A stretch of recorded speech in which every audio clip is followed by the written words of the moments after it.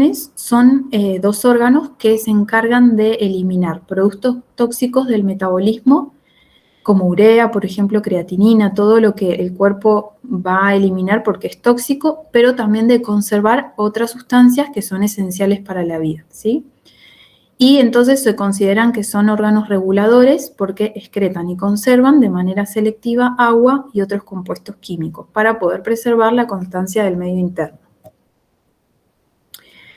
Bueno, el riñón, ¿cómo es la fisiología? Tenemos que prestar atención en la unidad anatómica y funcional que es la nefrona, que, bueno, tenemos que tener en cuenta que cada riñón, ambos riñones tienen aproximadamente 1 millón de nefronas cada uno, y esta unidad funcional se divide en dos partes. Una parte que es el glomérulo, que es la unidad filtradora, es donde se forma el ultrafiltrado del plasma, y otra parte que sería el glomérulo, y la otra parte que es un sistema de túbulos donde ocurren procesos de reabsorción y secreción en los cuales este ultrafiltrado, que viene del glomérulo, se modifica para formar la orina.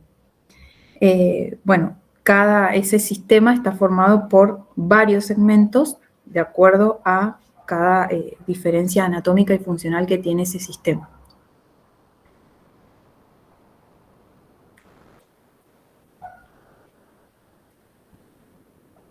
También, bueno, entender que el riñón tiene una reserva funcional, o sea, puede mantener su actividad de cada nefrona, cuando se encuentra destruido hasta, por ejemplo, el 75% de su parénquima. Es decir, que si hay destrucción de este parénquima renal, el riñón va a seguir manteniendo su función, ¿sí?, de excretar líquido, metabolitos y preservar la constancia del medio interno, a pesar de que se destruya el 75% de su parénquima. Puede seguir porque las nefronas que siguen funcionando van a seguir funcionando con mayor actividad, obviamente, pero se va a mantener la constancia del medio interno. Es muy importante conocer lo que es la tasa de filtrado glomerular, porque es una medida de lo que es la función al nivel del glomérulo, de esta filtración, de esta unidad filtradora, y se mide, bueno, en mililitros por minuto. Es el volumen de fluido filtrado del plasma por unidad de tiempo desde los capilares glomerulares renales hacia el interior de la cápsula de Bowman, donde se produce este primer filtrado, ¿sí?, del plasma. Y normalmente los riñones filtran aproximadamente 180 litros por día, es decir, que serían 125 mililitros por minuto de plasma.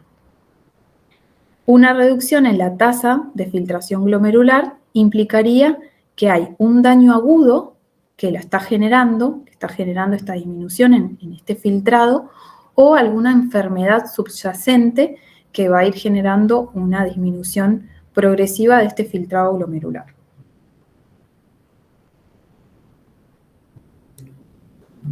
Entonces, y bueno, como consecuencia entonces de esta alteración de la tasa de filtrado glomerular, si va disminuyendo, ¿qué va a ocurrir? Que los riñones van a ir perdiendo la capacidad para eliminar estos desechos metabólicos, también la capacidad para concentrar la orina y conservar también el equilibrio ácido-base del cuerpo. Bueno, ¿cuáles serían las funciones principales del riñón? Una es el mantenimiento del volumen de líquido, de la osmolaridad, las concentraciones de electrolitos como sodio, cloro, potasio, fósforo y el estado ácido-base del cuerpo. Y esto se logra mediante la variación en la excreción de iones como, bueno, sodio, potasio, cloro, calcio, magnesio, fosfatos. Y también otra función es la excreción de productos finales del metabolismo, aquello que sería tóxico para el cuerpo, como la urea, ácido úrico, fosfatos, sulfatos, nitratos, creatinina. Son expulsados a través de la orina, y también se excretan sustancias extrañas como drogas y medicamentos. Otras funciones es en la producción y secreción de hormonas y enzimas que actúan en la regulación hemodinámica sistema y renal, es decir, que los riñones intervienen en lo que es el control de la tensión arterial, también en la maduración de eritrocitos en la médula ósea, porque sintetizan un factor eritropoyético que actúa sobre la médula ósea y estimula la producción de glóbulos rojos. Cuando está afectada esta función, entonces lo que puede ocurrir es que el paciente tenga anemia. Y regulación también del balance de calcio y fósforo y metabolismo óseo.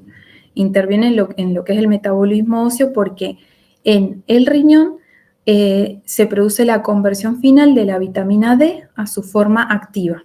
Entonces, si no hay una adecuada conversión de vitamina D, lo que ocurre es que hay una alteración en el metabolismo del calcio y del fósforo, porque el calcio necesita de la vitamina D para ser absorbido a nivel intestinal. Entonces, junto con la hormona tiroidea y esta falta de vitamina D, hay una alteración en la regulación del metabolismo de calcio y el fósforo.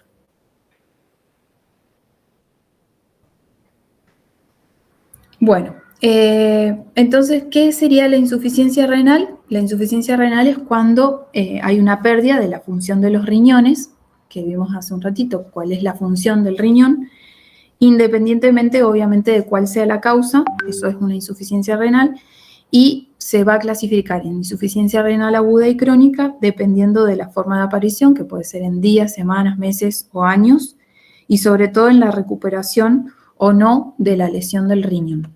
Entonces vamos a ver primero lo que es la insuficiencia renal aguda y diferenciarlo luego del tratamiento de la insuficiencia renal crónica.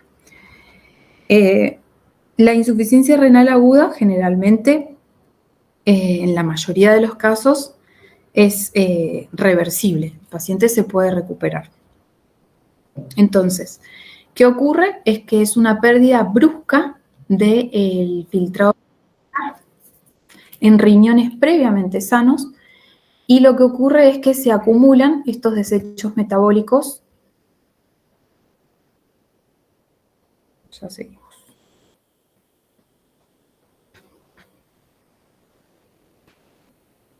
Lo que ocurre es que al declinar bruscamente esta tasa de filtrado glomerular, se van a acumular productos de desecho metabólicos.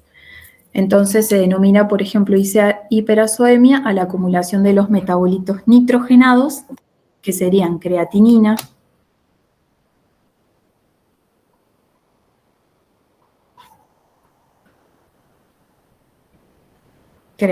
por ejemplo. Además se caracteriza por una disminución en la diuresis, por esta disminución brusca del filtrado glomerular. Entonces puede aparecer oliguria en estos pacientes, que es una diuresis menor a 500 mililitros por día. A veces la diuresis puede estar conservada. Edema en el paciente, hipercalemia o hiperpotasemia, que puede ser riesgoso a nivel cardíaco, y acidosis metabólica. Bueno, hay marcadores bioquímicos para definir lo que sería, perdón, ¿alguien levantó mano? Ah, no. No, soy yo. No se olviden de colocar el presente. Hay marcadores entonces bioquímicos que nos pueden definir una insuficiencia renal aguda. Entre ellos sería evaluar lo que es la creatinina sérica, porque, bueno, sabemos que a medida que va disminuyendo el filtrado glomerular, la creatinina sérica va aumentando, ¿sí? Porque no se puede eliminar. Y otro marcador, bueno, puede ser el volumen urinario, que puede ir descendiendo también con un volumen menor a 0,5 mililitros por kilogramo de peso por hora en 6 horas. Y en general, todas las definiciones de insuficiencia renal aguda, ya sea esta definición de un deterioro brusco de la función renal o definiéndolo con este marcador bioquímico, subrayan que es el carácter inmediato del deterioro de la función renal.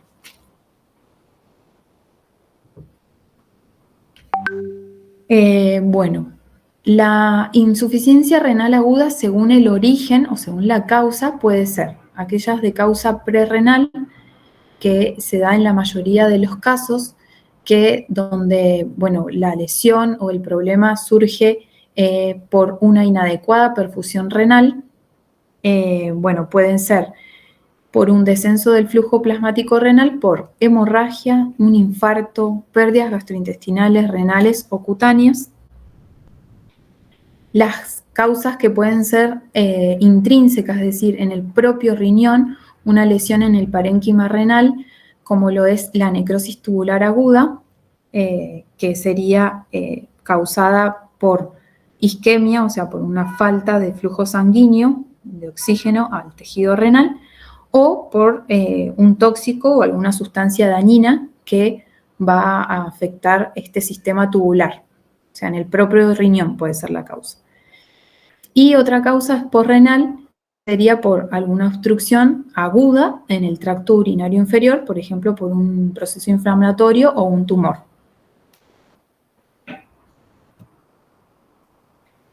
Bueno, habitualmente estos pacientes suelen presentarse, aunque no necesariamente, se presentan 3 estadios de duración variable, donde las características de cada uno va a depender del tratamiento dietoterápico que se va a implementar. Entonces, el paciente puede tener una fase oligúrica donde la diuresis va a ser menor a 400 mililitros en 24 horas, junto con acumulación de desechos nitrogenados en sangre, acidosis metabólica y alteraciones hidroelectrolíticas. Luego, el paciente puede progresar a una fase poliúrica, donde hay un aumento de la diuresis, pero con una, se denomina diuresis ineficaz, porque hay un aumento en la diuresis, pero no se eliminan adecuadamente estos desechos metabólicos, sino que hay un aumento de líquido y de electrolitos, pero retención de desechos nitrogenados. Y una fase de recuperación donde comienza a normalizarse el ritmo urinario y va a ir disminuyendo esta urea y creatinina, que serían los desechos nitrogenados, y se va normalizando también lo que es el manejo hidroelectrolítico.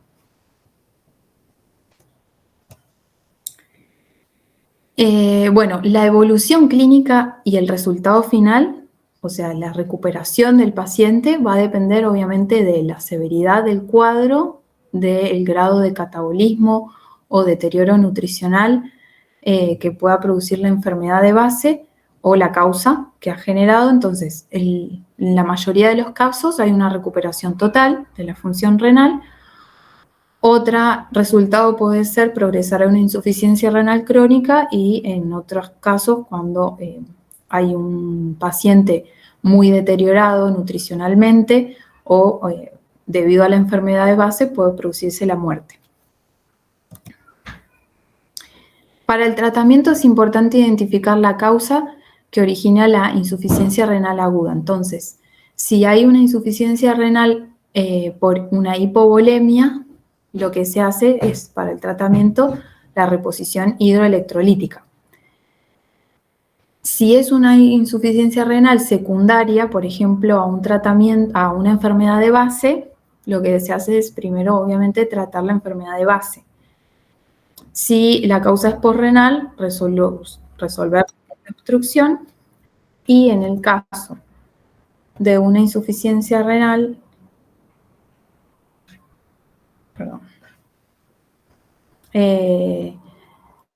originada en el propio parénquima renal, que puede ser por la utilización de medicación nefrotóxica, diuréticos o cualquier toxina que esté generando, se resuelve, bueno, con suprimiendo la medicación y el uso de diuréticos. Bueno, es importante entender que tenemos pacientes, que los pacientes con insuficiencia renal aguda, tenemos diferentes estados clínicos emergentes de acuerdo a la causa que la genera. Entonces no se puede hablar de un único tratamiento, pero la tendencia médica actual es tratar de suministrar la cantidad suficiente de nutrientes para minimizar el catabolismo y prevenir la malnutrición. porque esto puede generar obviamente la muerte del paciente si evitamos, si producimos una desnutrición.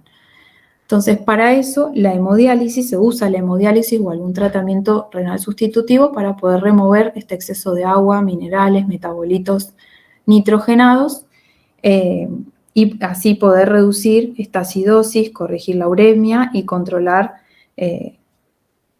una hiperpotasemia, por ejemplo, que puede estar instalada. Entonces, la restitución de la función renal se va a llevar a cabo con una hemodiálisis, diálisis peritoneal o ultrafiltración continua.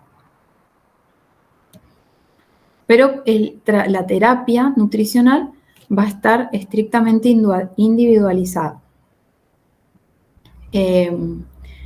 Porque, bueno, estos pacientes, como les dije, son un grupo heterogéneo, son dependiendo de la causa que genera la insuficiencia renal aguda, del estado nutricional que tiene cada uno, las necesidades nutricionales van a ir variando. Por eso, la planificación de nutrientes se realiza dependiendo de el estado nutricional del paciente previo, el grado de catabolismo que tiene este paciente, el índice de filtrado glomerular remanente y la indicación o no de tratamiento renal sustitutivo.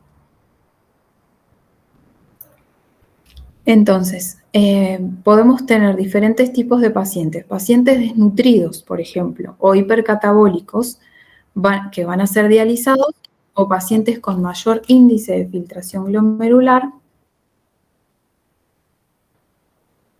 Perdón.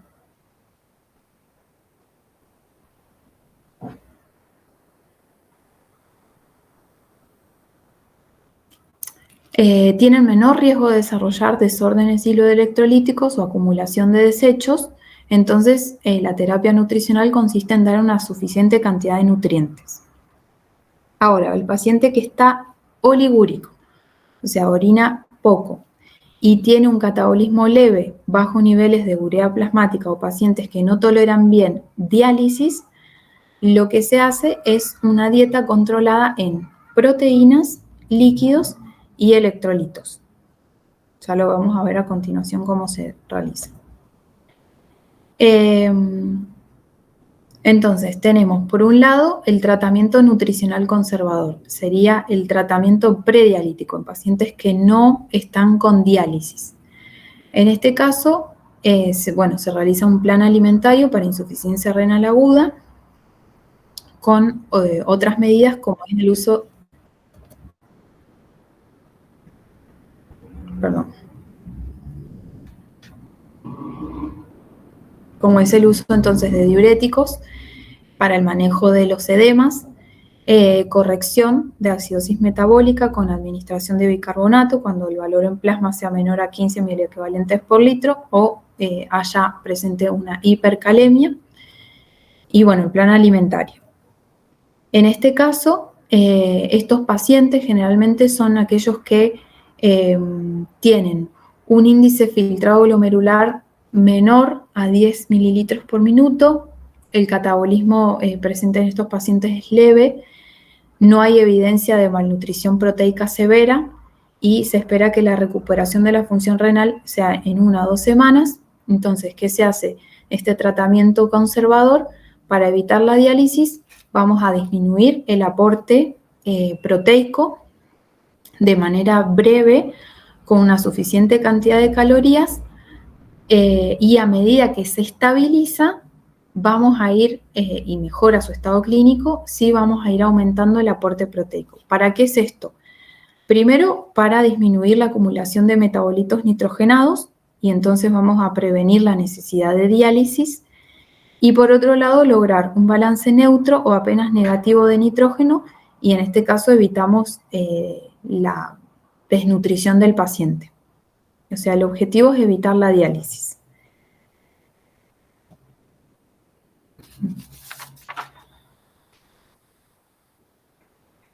Bueno, en lo que es, las proteínas, que tenemos que considerar que hay que evitar la restricción de la ingesta proteica para prevenir o retrasar el inicio del tratamiento sustitutivo renal, o sea, una diálisis.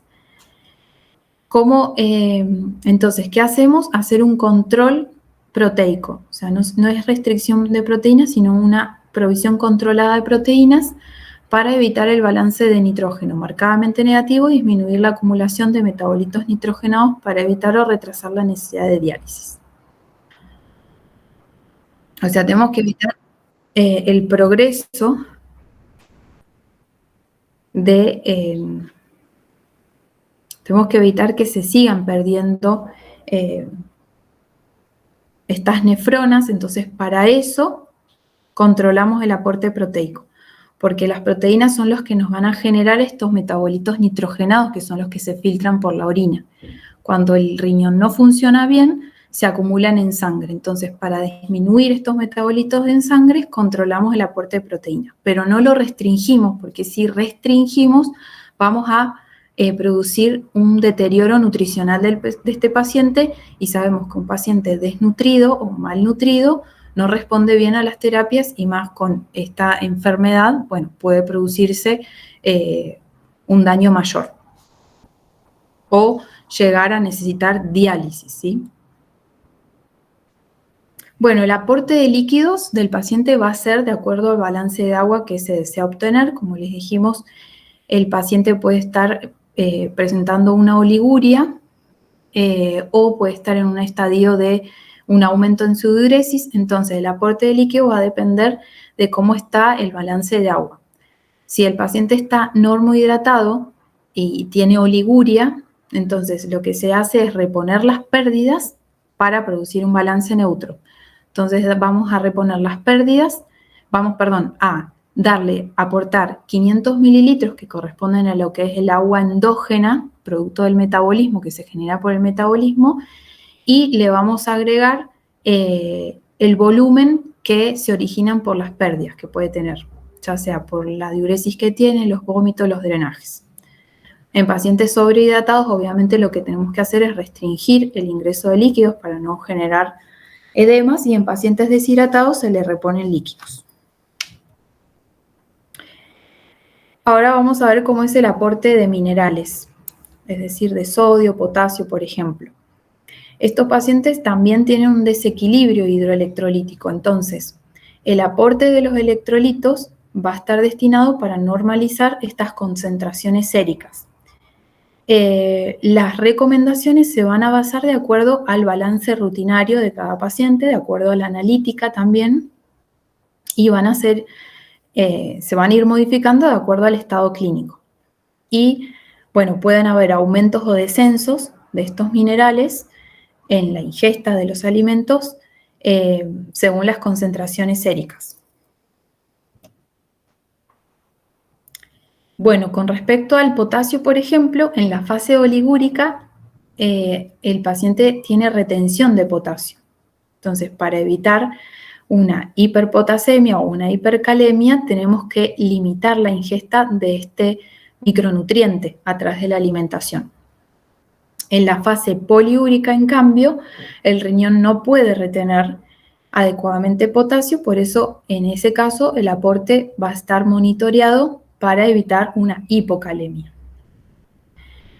Bueno, para eso, ¿qué vamos a tener en cuenta? Aquellos alimentos con alto contenido en potasio, y también vamos a tener en cuenta las técnicas de cocción.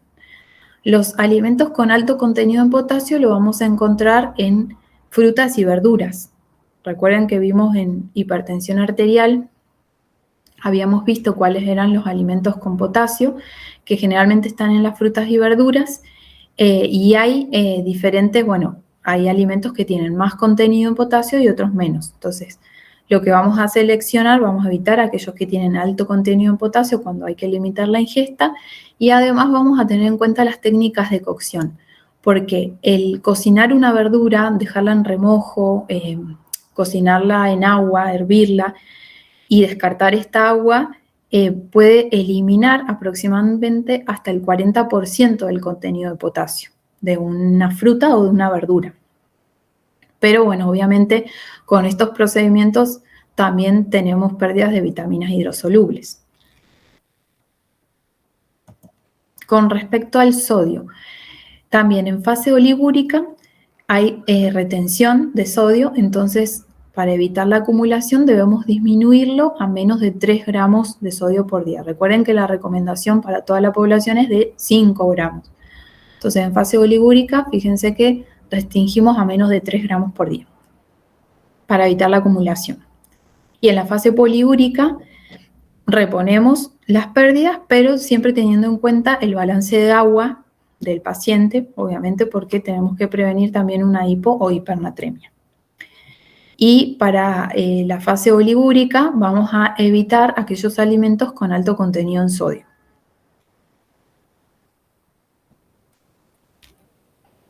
Bueno, este es un resumen de estas recomendaciones que para el tratamiento nutricional conservador, es decir, en aquel paciente que no está con un tratamiento renal sustitutivo, o sea, con diálisis.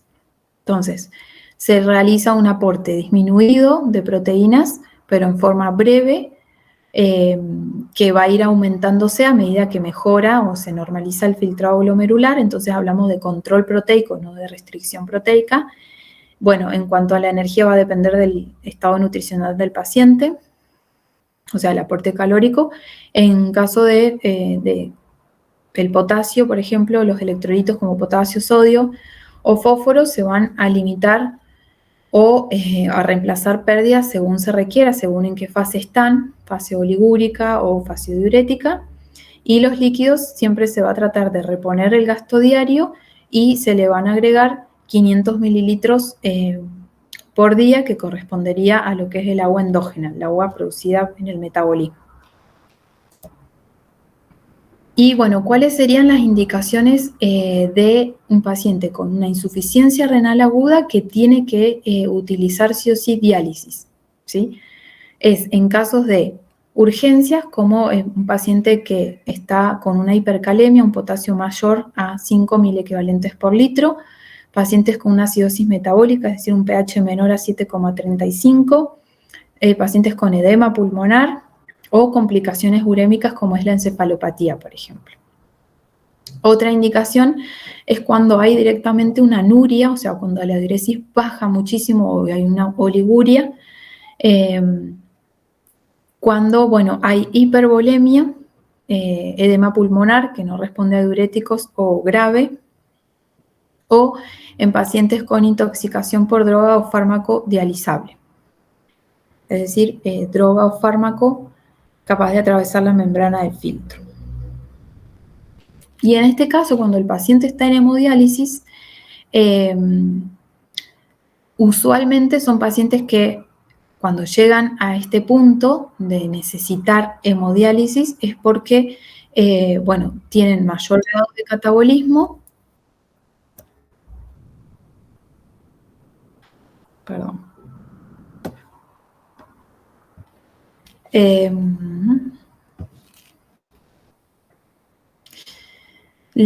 Bueno, tenemos un paciente con una emaciación severa, es decir, desnutrido, y se espera que la recuperación sea de más de 2 semanas. Entonces, en este caso, además de diálisis, para poder cumplir con y poder mejorar el estado nutricional del paciente, donde es necesario aumentar el aporte proteico, calórico, para evitar esta desnutrición y por consecuencia una muerte del paciente, se realiza además de diálisis.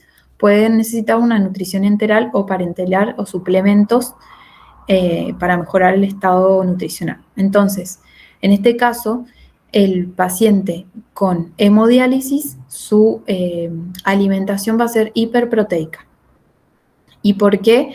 Porque este tipo de tratamiento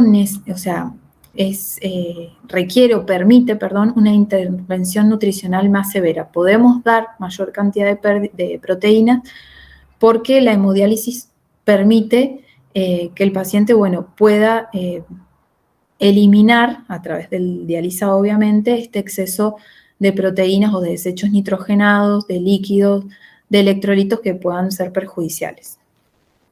Y bueno, obviamente esta indicación de alimentación hiperproteica va a mejorar los balances de nitrógeno después de las primeras semanas y por ende la recuperación del paciente. Y esto sería un resumen de cómo es la ingesta de nutrientes en los pacientes con insuficiencia renal aguda. Obviamente debe ser cuidadosa y constantemente reevaluada, porque recuerden que pueden estar en fases oligúricas o poliúricas, y bueno, depende también de la condición clínica del paciente y metabólica, que bueno, pueden sufrir cambios repentinos y graves. Entonces, cuando hay oliguria, tenemos que controlar el aporte de proteínas para disminuir estos desechos nitrogenados, controlar el aporte de líquidos para evitar el edema y de electrolitos como fósforo, sodio y potasio. En la fase poliúrica, en esta fase, bueno, como el riñón es incapaz de concentrar la orina, es importante revisar siempre la reposición de líquidos y electrolitos para evitar deshidratación y pérdida también de electrolitos.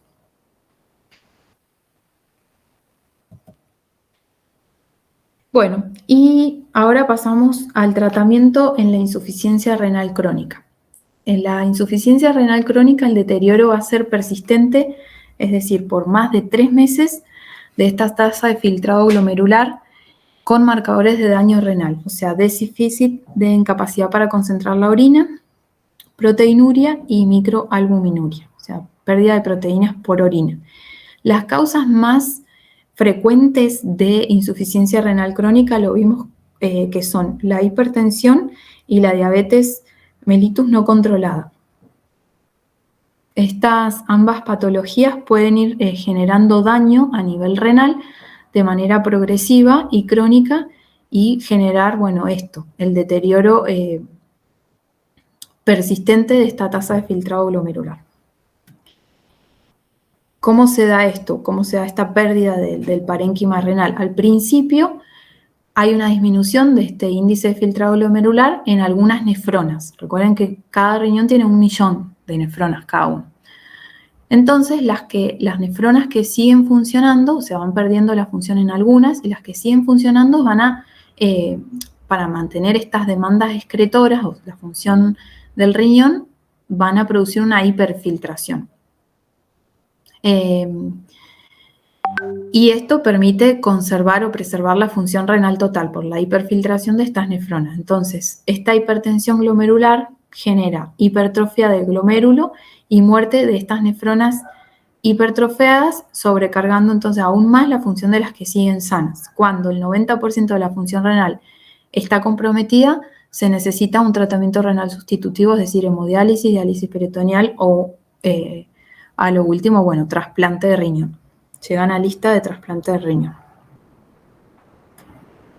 Disculpen que voy a prender la luz.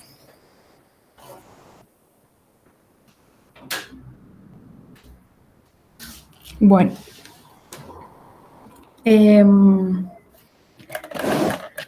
Entonces, la enfermedad renal crónica la podemos ir clasificando de acuerdo al filtrado glomerular en diferentes categorías o rangos que nos dicen más o menos cómo está la función renal. Entonces, cuando el filtrado glomerular, la tasa de filtrado glomerular, está por arriba de 90 mililitros por minuto, el riñón, bueno, está funcionando normalmente. Pero fíjense que cuando desciende este filtrado glomerular por debajo de 15 mililitros por minuto, hay un fallo renal. Entonces, es el momento donde el paciente va a necesitar instaurar un tratamiento renal sustitutivo, o sea, una diálisis, y va a ir a lista de espera para un trasplante renal porque ya no es reversible, ¿sí? Ya el riñón deja de funcionar y sí o sí se necesita la diálisis o trasplante renal.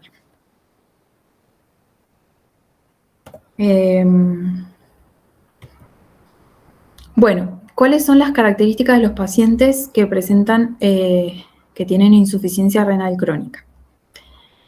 Lo que ocasiona, bueno, esta disminución del riñón o la imposibilidad del riñón de poder eliminar la carga diaria de estos desechos, ¿en qué se caracterizan? Que en las fases iniciales hay pérdida para concentrar la orina y para diluir la orina.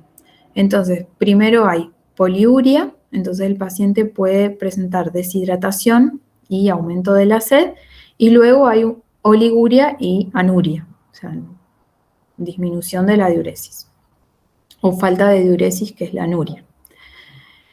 Otra característica es la uremia crónica, porque hay retención de urea en sangre, y esta uremia crónica produce en el paciente anorexia, ¿sí? El paciente se le disminuye mucho el apetito, porque, bueno, esta urea puede generar náuseas, vómitos y, bueno, anorexia. Acidosis metabólica es otra característica del paciente con insuficiencia renal crónica, por disminución del pH sanguíneo. Trastornos hidroelectrolíticos, entonces podemos tener pacientes que presentan retención de sodio, potasio y de fósforo. Osteodistrofia renal, bueno, por la consecuencia de este déficit de vitamina D activa en riñón, que altera el metabolismo óseo del calcio y fósforo. Y anemia crónica por déficit de eritropoyetina, entonces por disminución en la producción de glóbulos rojos y malnutrición. O sea, un paciente con insuficiencia renal crónica es propenso a la desnutrición. Bueno, el riesgo de desnutrición, ¿por qué se da? Bueno, a medida que disminuye la función renal, hay signos tempranos de desnutrición, como reducción del peso corporal, lo vamos a ver en la disminución del peso, y la declinación significativa de la excreción urinaria de creatinina. Con la progresión de la insuficiencia renal crónica pueden sobrevenir grandes reducciones en la concentración de varios aminoácidos plasmáticos, y además hay varios índices nutricionales como la ingesta alimentaria, transferrina, el colesterol sérico y el peso corporal, que van a ir disminuyendo cuando la función renal se deteriora.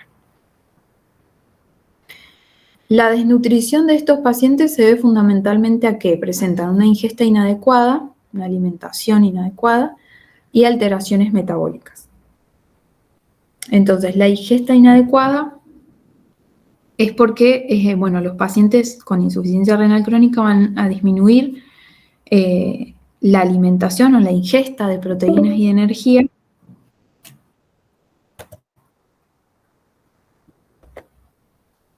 Me quedan 10 minutos. Bueno, seguimos y ya cambiamos al otro link.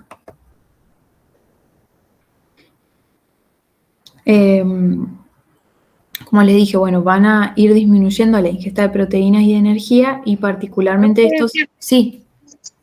La plataforma no está funcionando y cuando terminen los 10 minutos no tenemos cómo ingresar. Ay, no me digan, porque me costó ingresar al principio. No sé si a ustedes también. No, todos los chicos están poniendo en la plataforma, en el grupo de coordinación, que no se puede entrar a la plataforma. No sé qué pasó. Yo pensé que era... Bien, bueno. Si se termina y no podemos ingresar, vamos a tener que terminar la clase, chicos. No va a quedar otra. Pero lo que sí les digo es que, este tema lo van a tener que ver, y si no lo comprenden por el PowerPoint, porque esto es como un resumen, yo lo que les recomiendo es que vean el libro Torresani o Rodota para poder entender el PowerPoint, porque son temas que ingresan sí o sí en el examen final. De igual manera, antes que se termine y no nos podamos volver a comunicar, les comento que el examen final es el 2 de agosto y una semana antes del examen yo hago clase de consulta. La clase de consulta es por Meet. Acuerdo un horario con Mariel y Héctor, que se los pasen a ustedes para que, hagamos una clase de consulta. La clase de consulta es dudas sobre algún tema que no entendieron. Y en este caso, les recomiendo de que vayan con la mayoría de los temas estudiados, y más que nada renal, por si no lo entendieron y yo les puedo despejar las dudas. No se dice qué tema va a tocar en la clase de consulta, porque es la pregunta más común. Ustedes van a estudiar todo lo que vimos, o sea, no se va a tomar algo que no se dio. Entonces, lo que yo les recomiendo es que para la clase de consulta estén presentes, aunque no tengan dudas, por si alguno quizás dice algo y les sirve.